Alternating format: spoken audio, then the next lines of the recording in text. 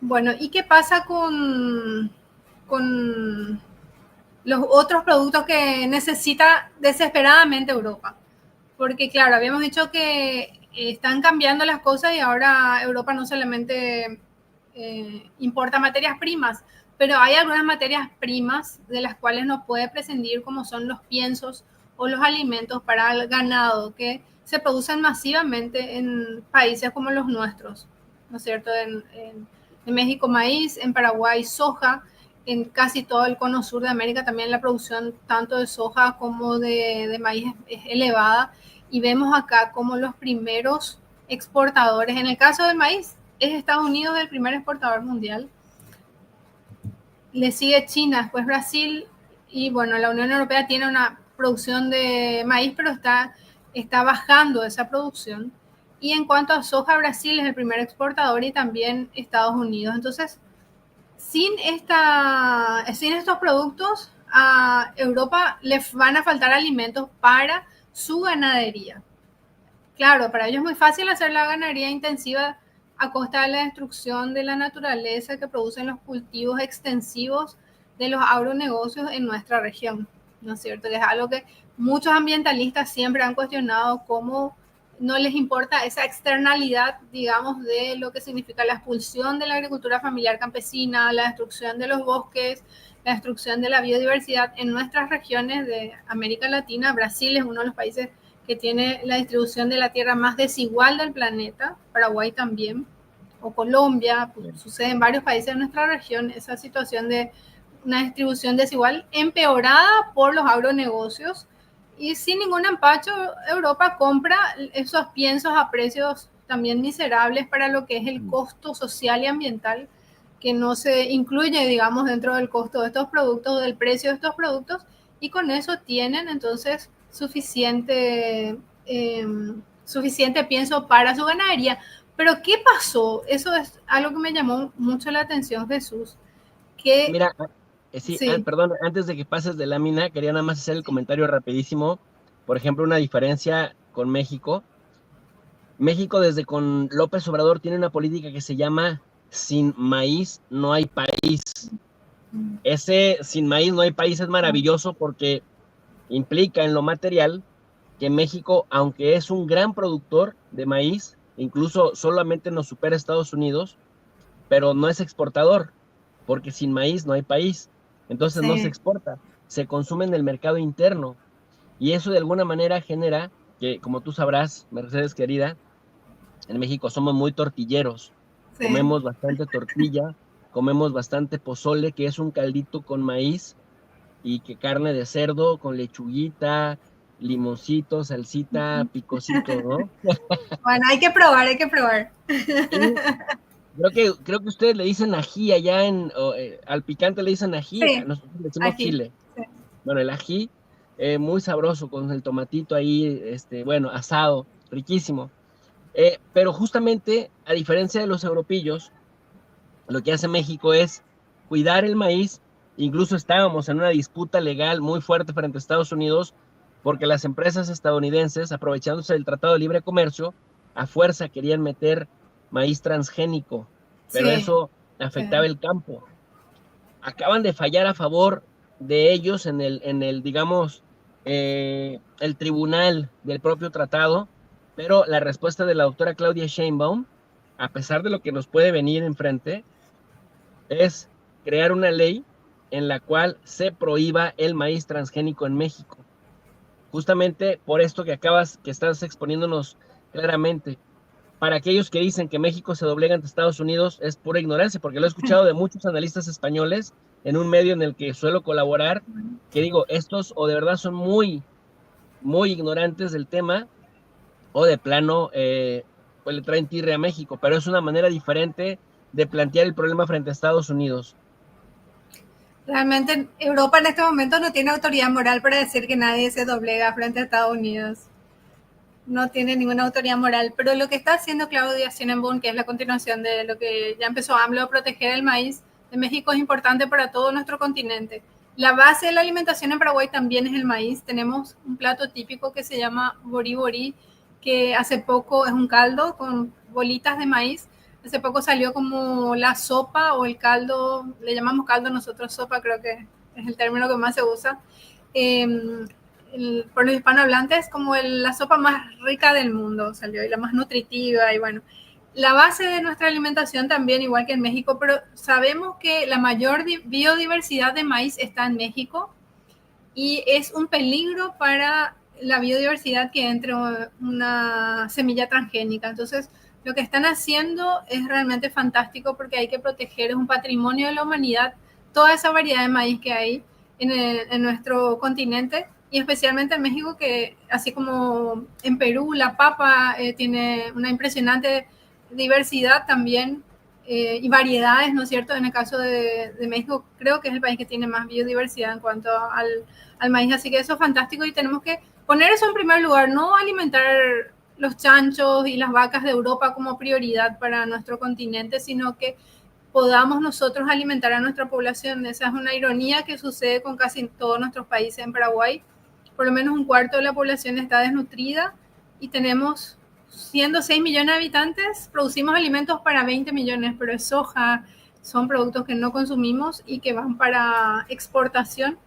Justamente ahora la gente se está quejando en Paraguay del altísimo precio de la carne, que está más cara que en el extranjero. La carne paraguaya en otros países cuesta menos que en Paraguay, es una cuestión escandalosa. Y entonces estábamos viendo esa lámina y ahí vemos más claramente cómo el pienso para animales y los animales también forman la parte más gorda, digamos, de la torta de los productos importados por México, por Europa. Esto es lo que más Europa está importando. Claro, necesita alimentar su ganadería porque ellos no tienen territorio fértil lo suficientemente grande para alimentar a su población, ni tampoco tienen, nosotros vamos a tener 4 cultivos al año en Paraguay, eso no pueden tener en Europa por el invierno que tienen. Y entre los productos que exportan, claro, están los materiales de transporte, productos farmacéuticos, ellos exportan productos industrializados, importan animales y piensos, petróleo, derivados en segundo lugar, minerales, vamos a hablar también sobre los minerales. Entonces, en general, materias primas, por eso es que China descompone un poco el tipo de comercio que ellos están acostumbrados, ¿verdad? Donde ellos ganan muchísimo con sus productos industrializados y nos compran muy barato las materias primas, Jesús. Sí, definitivamente parte del gran reto que representa China para Estados Unidos es no solo que les roba mercado en buena lid, sino que cambia el paradigma de lo que es un comercio en donde la idea es ganar, ganar. Los anglos siempre tienen, los anglos ven el mundo como un juego de suma cero. En las relaciones internacionales, a esto lo identificamos como el jugador que ve el mundo como un sistema de suma cero, como un juego de suma cero, piensa que lo que gana uno lo pierde el otro. Los chinos lo ven al revés. Los chinos ven el sistema internacional como un juego de suma positiva en lo que uno gana, el otro también gana. Si uno gana, el otro también gana. Por eso llegan los chinos con el tema de la política de la cartera, invierte, a ti te deja infraestructura, por supuesto que se protegen sus inversiones, es decir, a tal plazo me dejas a mí comerciar, pero no llegan destruyendo y no llegan sofocando como históricamente lo hacen los anglos, querida Mercedes. Así es, y fíjate que Rusia hace mucho tiempo ya prohibió también los alimentos transgénicos. Esta es una cuestión además de soberanía alimentaria y que ojalá que todos los gobiernos de nuestra región sigan el ejemplo de Claudia en prohibir los transgénicos y proteger las semillas nativas. Bueno, ¿y qué pasa bueno, acá no salió completa la noticia, pero igual la idea es la siguiente, ¿verdad? En tanto, Europa depende tanto de los alimentos de otras regiones más fértiles, Ucrania también es clave por eso para Europa. No solamente porque vamos a ver más adelante el mapa de los minerales estratégicos que tiene Ucrania, sino porque también Ucrania tiene una región muy rica que termina prácticamente en Ucrania. Es una franja larga que atraviesa desde China hasta, o sea, desde del este hasta hasta Ucrania, o sea, atraviesa toda Rusia. Rusia tiene parte de esa franja muy fértil, la tierra más fértil del mundo que se llama Chernozem. Es una tierra negra que tiene más o menos 1 metro de espesor, que está llena de humus y es súper fértil. En la zona del DEP de Siberia, entonces también tiene ese tipo de tierras Rusia, por eso algunos dicen que es absurdo pensar que Rusia necesita adueñarse de Ucrania por la tierra fértil, porque Rusia tiene mucha de esa tierra súper fértil y que ahora se está volviendo cada vez más cultivable en mayor tiempo por el cambio climático también. Pero esa tierra, su límite es Ucrania. Entonces, para Europa, que no tiene casi Chernozem, poder también incorporarle a Ucrania como un granero para Europa, como tradicionalmente, de hecho, Ucrania ha exportado trigo especialmente a Europa, es algo súper clave para ellos. Y fíjense cómo está descendiendo el consumo de carne vacuna en Europa. Esta es una señal de un retroceso también económico en Europa. Así como habíamos visto muchos signos cuando analizábamos la desindustrialización de Alemania, en esta primera gráfica podemos ver que desde el 2016 hasta el 2024, y acá hay una proyección también del 2025, la carne, el beef, ¿no es cierto? La carne vacuna es la línea gris que está más abajo, ha ido descendiendo, en tanto que sí va subiendo la carne de chancho, también ha descendido, y la que va subiendo más la de pollo. Resulta que entre las proteínas animales se considera que la carne de pollo es la carne, digamos, de corte más popular. Generalmente, a medida que hay un ascenso económico, la gente consume más carne vacuna, por eso es que China está incrementando también su consumo de carne vacuna, porque hay una mejora en la calidad de vida de su población. Pero esto no es solamente porque estén importando menos carne, sino que también están produciendo menos carne.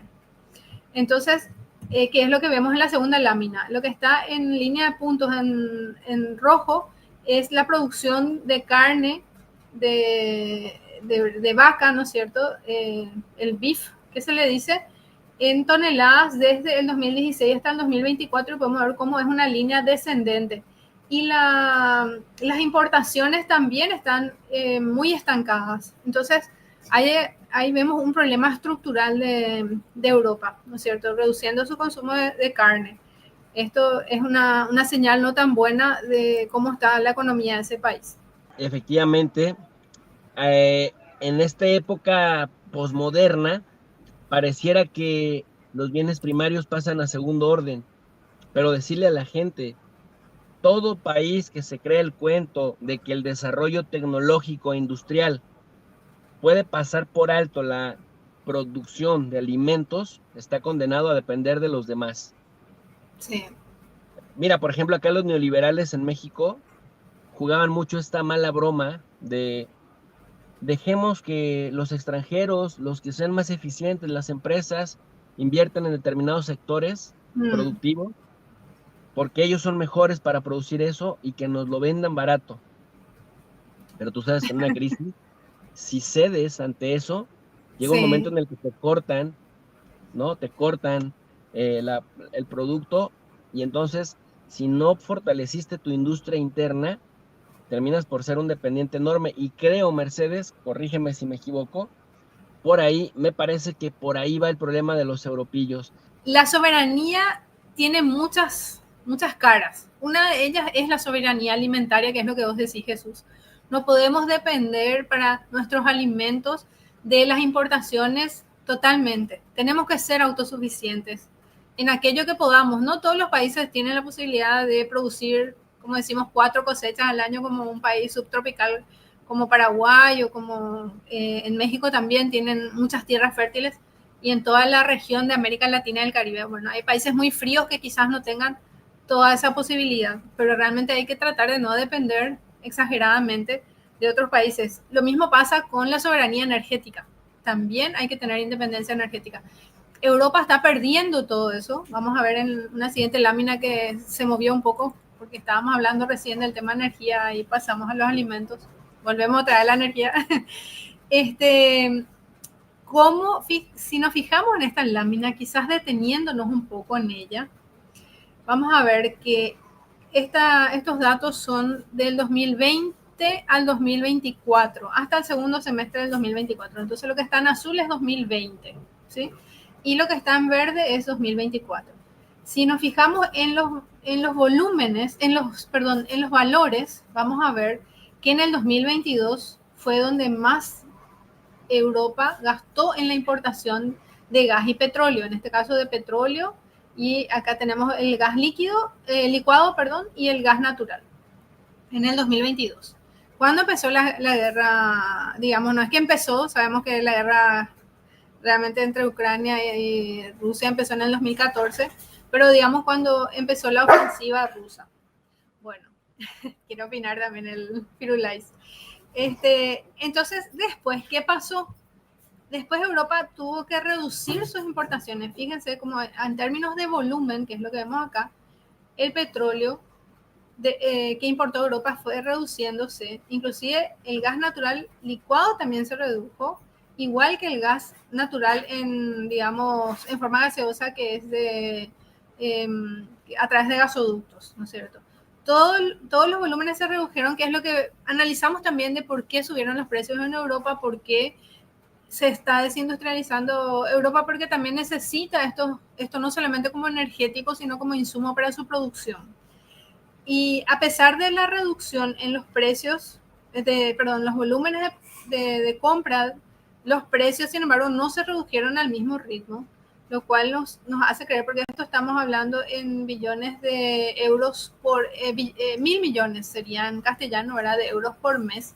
Entonces, fíjense cómo Europa está sufriendo por todavía elevados precios de estos productos. En este semestre, en los 2 primeros trimestres del año 2024, hubo una reducción de precios del gas, que ahora, Jesús, se va a ir a la B, como se dice cuando en el fútbol, ¿verdad? Cuando estamos en la primera, pues la A, y después nos vamos a la B porque ya descendimos, ¿no es cierto?